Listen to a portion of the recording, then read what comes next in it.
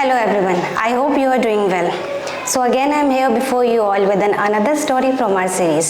Our today's story is Resilient Widow. This is going to be a very interesting story and very motivating.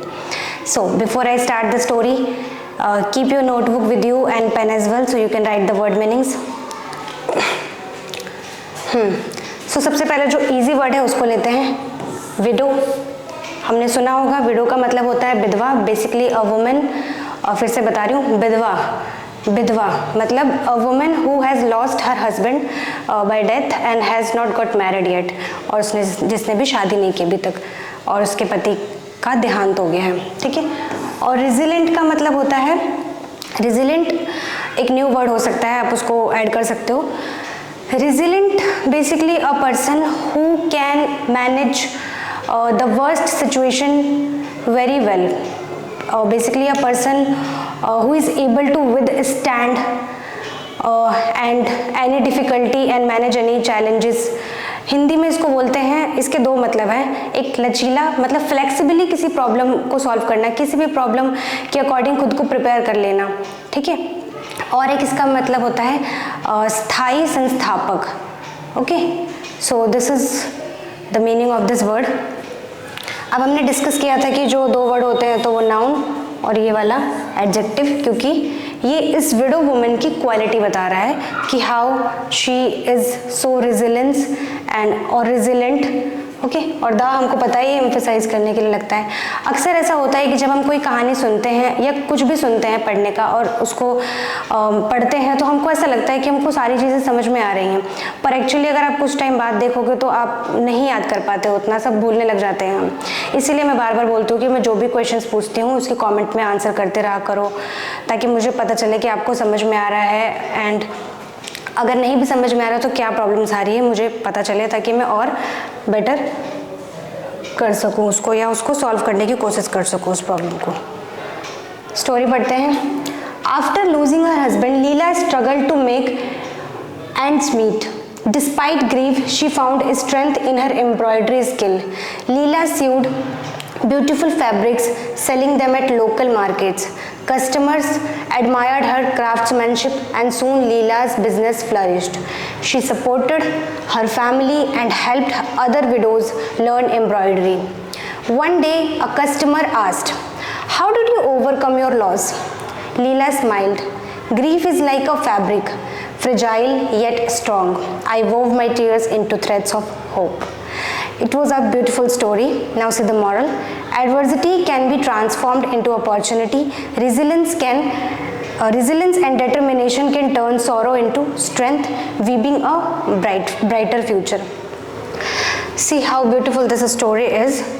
Now understand it in detail. मैं फिर से बोल रही हूँ, सारे words लिखना। हम इसमें जितने भी वर्ड सीखने वाले हैं सबको क्या करना है कि कम से कम 3 वर्ड्स के सेंटेंसेस फ्रेम करके उसको कमेंट में लिखना है, सबको करना है। I will check, okay. 3 कोई से भी वर्ड लेके उनसे सेंटेंसेस फ्रेम करने हैं और उनको कमेंट में लिखना है, okay. After losing her husband, losing जो है यहाँ पे ये प्रेजेंट पार्टिसिपल है, क्योंकि यहाँ पे ना कोई भी हेल्पिंग वर्ब यूज़ नहीं हुआ है, ना इज एम आर और ना वॉज वर। और जनरली जब हम कोई स्टोरी करते हैं so most of the time it is in past tense, okay. So after losing her husband मतलब अपने पति को खोने के बाद Leela struggle to make ends meet.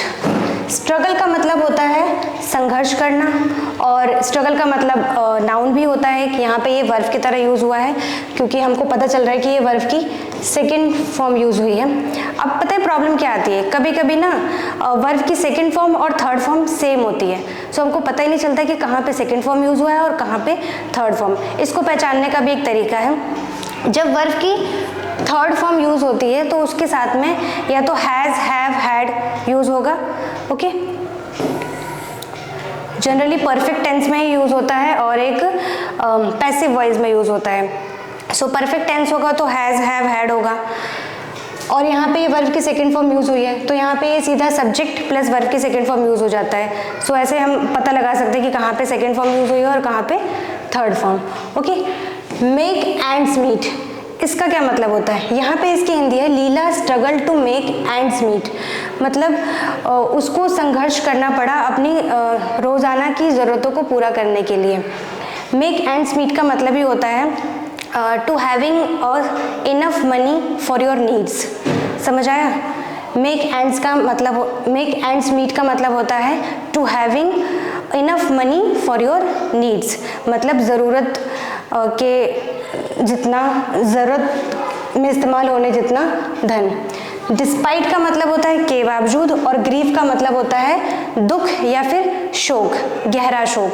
अब ग्रीफ वर्ड का यूज़ ही तभी होता है, ग्रीफ बेसिकली इस वर्ड का मतलब ही यही है कि जब हमारे किसी बहुत स्पेशल पर्सन की डेथ हो जाए, सो दैट वो जो शोक होता है, वो फीलिंग होती है, वो ग्रीफ होती है, और feeling of losing someone. Okay, so despite grief का मतलब है यहाँ पे दुख के बावजूद या शोक के बावजूद। डिस्पाइट की जगह हम इन स्पाइट ऑफ का भी यूज़ कर सकते हैं, पर वो जनरली वर्ब के साथ करते हैं, नाउन के साथ हम डिस्पाइट का यूज़ करते हैं। ये जितने भी पॉइंट्स मैं बताती हूँ इनको लिखते रहा करो, क्योंकि ये याद नहीं रहेंगी वीडियो बंद होने के बाद। ओके, शी फाउंड, अब यहाँ पे फिर से देखो वर्ब की सेकेंड फॉर्म यूज़ हुई है, क्योंकि फर्स्ट फॉर्म क्या होता है? फाइंड, है ना? सो यहाँ पे सेकेंड फॉर्म यूज़ हुआ है, क्योंकि यहाँ पे कोई हैज़ हैव हैड हमको नहीं दिख रहा है। अगर हैज़ हैव हैड होता तो वो थर्ड फॉर्म होता, पर यहाँ नहीं है, सो ये सेकेंड फॉर्म है। She found strength in her embroidery skills. Embroidery का क्या मतलब होता है? एम्ब्रॉयडरी का मतलब होता है, आपने बहुत सारे वुमेन को देखा होगा, वो कढ़ाई करती हैं, वो बैठकर कुछ कपड़ों पर कढ़ाई करती रहती है, कुछ स्वेटर्स वगैरह बनाती रहती है, और एक बेसिकली एक आर्ट है जो पर्दों पर किया जाता है स्पेसिफिकली, और भी बहुत सारे डेकोरेशन की चीज़ें होती हैं, उस पर एम्ब्रॉयडरी की जाती है। ठीक है, embroidery skill. She found strength in her embroidery skill, मतलब कि दुख के बावजूद या शोक के बावजूद जो लीला है उसने अपने कढ़ाई की कुशलता में ताकत पाई। ठीक है, उसने ढूंढी, उसमें ताकत ढूंढी। Leela sewed beautiful fabrics selling them at local markets. Sew का मतलब होता है सिलना। यहाँ पे हमने जब बात कर रहे हैं कि हमारी स्टोरी पास्ट इंडेफिनिट की है, सो यहाँ पे सेकेंड फॉर्म यूज़ हो रहा है। इतना तो मैं अपनी पिछली सारी वीडियोस में डिस्कस कर चुकी है, तो क्लियर हो गई। ठीक है, सो लीला सीव्ड ब्यूटीफुल फैब्रिक्स, लीला सुंदर कपड़े सिलती थी। फैब्रिक का मतलब कोई भी कपड़ा। अगर हम आप लोग ऑनलाइन शॉपिंग करते हो तो उसमें देखते होगे कि फैब्रिक सिलेक्ट करने का ऑप्शन होता है, या फैब्रिक देखने का ऑप्शन होता है कि जो भी हम देख रहे हैं उसका फैब्रिक क्या है, उस कपड़े का फैब्रिक क्या है ना, मतलब कपड़ा कैसा है। सो ये फैब्रिक है, उसका मतलब कपड़ा। Selling them at local market, local market जो भी जहाँ भी हम जहाँ रहते हैं वहाँ की सबसे पास वाली जो मार्केट, वो लोकल मार्केट होती है। सो यहाँ पे देखो ये लोकल और मार्केट, सो मार्केट नाउन और ये एडजेक्टिव। ठीक है, इसकी हिंदी होती है स्थानीय, मार्केट का तो पता ही है बाजार, और उसको फिर वो बेचती लोकल मार्केट्स में। It was this paragraph. Customers admired her craftsmanship and soon Leela's business flourished. She supported her family and helped other widows learn embroidery. Okay? Customers का मतलब है ग्राहक, एडमायर का मतलब होता है प्रशंसा करना। अब यहाँ पे फिर से सेकेंड फॉर्म यूज हुई है। मेन जो वर्ड होता है वो है एडमायर, सेकेंड फॉर्म यूज हुई है इसलिए एडमायर्ड हो गया है। हर क्राफ्ट्समैनशिप, क्राफ्ट्समैनशिप का मतलब होता है, शुरू से शुरू करते हैं। कस्टमर्स मैंने बता दिया ग्राहक, एडमायर का मतलब प्रशंसा करना, और क्राफ्ट्समैनशिप का मतलब होता है, क्राफ्ट का मतलब कोई भी कुशलता, कोई भी कारीगरी। और सो बेसिकली इसका मतलब है कि उसके जो ग्राहक थे, जो लीला के ग्राहक थे, उन्होंने उसकी क्राफ्ट्समैनशिप यानी कि कारीगरी की बहुत प्रशंसा की। एडमायर्ड क्राफ्ट्समैनशिप, उसी कारीगरी की प्रशंसा की। कारीगरी, हम जब किसी भी एक स्किल में बहुत ज़्यादा अच्छे हो जाते हैं ना, बहुत अच्छे से हम उस काम को करने लग जाते हैं, तो उसको ही बोलते हैं कारीगरी। ओके, एंड सून, और जल्द ही लीलाज बिजनेस फ्लरिश, जो लीला का बिजनेस है वो फ्लरिश हो गया। फ्लरिश का मतलब होता है फलना फूलना, सफल होना, विकसित होना।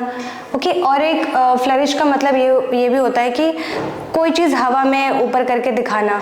For example, he was flourishing 2 tickets of concerts, वो कॉन्सर्ट्स की 2 टिकटें दिखा रहा था, शो कर रहा था, शो ऑफ करने की क्वालिटी बेसिकली। ठीक है, she supported her family and helped other widows learn embroidery. उसने अपनी फैमिली को सपोर्ट किया और भी जो दूसरी विडोज थी, विधवाएं थी, उनको हेल्प की एम्ब्रॉयडरी सीखने में, कढ़ाई सीखने में। ठीक है, it was this. One day a customer asked, "How did you overcome your loss?" एक दिन लीला के ग्राहक ने पूछा। ओवरकम का मतलब होता है किसी चीज़ पर काबू पाना या किसी चीज़ से उबरना। लॉस का मतलब वह यही है यहाँ पे कि लीला के जो हस्बैंड की डेथ हो गई थी, वो जो लॉस था उसकी लाइफ में, सो वो यही क्वेश्चन पूछ रहा है कि आपने अपने उस नुकसान से, उस लॉस से उस उबरे कैसे, आप उससे बाहर कैसे आए, उस पर आपने काबू कैसे पाया। लीला स्माइल, लीला मुस्कुराई। Grief is like a fabric, जो दुख है वो एक कपड़े की तरह है। फ्रेजाइल येट स्ट्रॉन्ग, फ्रेजाइल का मतलब लचीला या फिर नाजुक, बहुत नाजुक। ठीक है, तो यहाँ पे बोल रही है कि जो दुख है वो एक कपड़े की तरह है, एक फैब्रिक की तरह है, जो कि नाजुक है फिर भी स्ट्रॉन्ग है, ताकतवर है। मतलब एक कपड़े की क्वालिटी बता रही है कि छूने में तो वो बहुत नाजुक होता है, पर if you test it, it is very strong, है ना, जल्दी फटता नहीं है वो। सो यहाँ पे एक मेटाफर यूज़ कर रही है, अपने फीलिंग्स को एक कपड़े के थ्रू बता रही है। I wove my tears into threads of hope। ये वोब एक्चुअली में वीब है, जिसका मतलब होता है बुनना या फिर पिरोना। यहाँ पे सेकेंड फॉर्म यूज हुई है इसलिए वोब है। So I wove my tears into threads of hope. Hope का मतलब उम्मीद या आशा, कि मैंने अपने आंसुओं को उम्मीद के धागों में पिरोया। It was the story.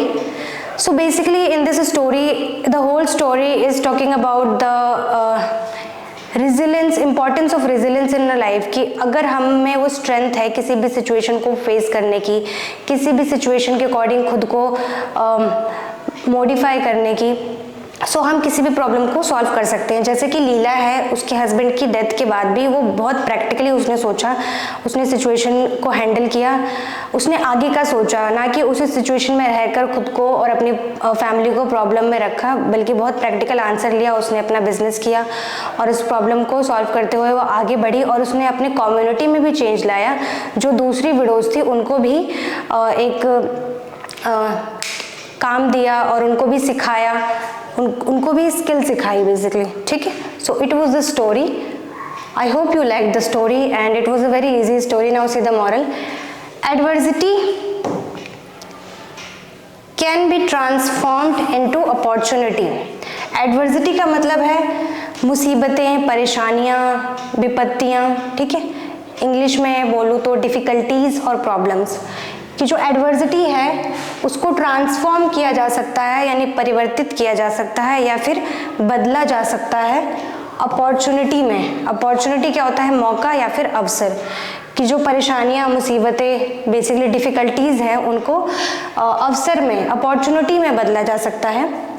Resilience, वहाँ पे वो रेजिलेंट था, वहाँ पे वो एडजेक्टिव था, यहाँ पे रेजिलेंस है, यहाँ पे ये नाउन है। ओके, और डिटर्मिनेशन, TION, बताया था पिछली वीडियो में कि जब किसी वर्ड में TION होता है तो वो क्या होता है? नाउन। ठीक है, सो रेजिलेंस की यहाँ पे हिंदी है लचीलापन, मतलब फ्लेक्सिबिलिटी, किसी भी सिचुएशन के अकॉर्डिंग खुद को बदलने की या खुद को उस हिसाब से प्रिपेयर करने की।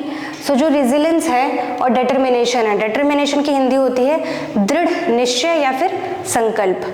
ठीक है, सो रेजिलेंस और determination can turn sorrow into strength. कि अगर कोई इंसान में रेजिलेंस है, उसके अंदर वो एबिलिटी है रेजिलेंस की और डिटर्मिनेशन है, तो वो सॉरो, यानी फिर से सॉरो आ गया, सॉरो का मतलब है यहाँ पे दुख, फिर से वो सॉरो को स्ट्रेंथ में चेंज कर सकता है। स्ट्रेंथ का मतलब होता है ताकत, कि ये जो क्वालिटीज़ हैं ये दुख को स्ट्रेंथ में बदल सकती है। वीविंग अ ब्राइटर फ्यूचर, जिससे कि उज्जवल भविष्य बनाया जा सकता है, ठीक है, वीव किया जा सकता है, पिरोया जा सकता है। So it was the meaning of the story, it was a very motivating story. I hope you like the story and understand. So आज मैं कोई होमवर्क नहीं दूंगी, पहले तो मेरे को यही देखना है कि आप लोग कितना सीख रहे हो। इसका एक टेस्ट यही है कि मैंने जितने भी वर्ड्स इसमें यूज़ किए हैं, आप उसमें से किसी भी 3 वर्ड्स को लेकर उसके अपनी तरफ से सेंटेंसेस फ्रेम करोगे और मुझे कमेंट में दिखाओगे। This homework is for everyone, सबको करना है ये, सबको। Okay, so it was this. I hope you like the video and understand. Thank you for watching the video. We will meet in next video. Have a nice day.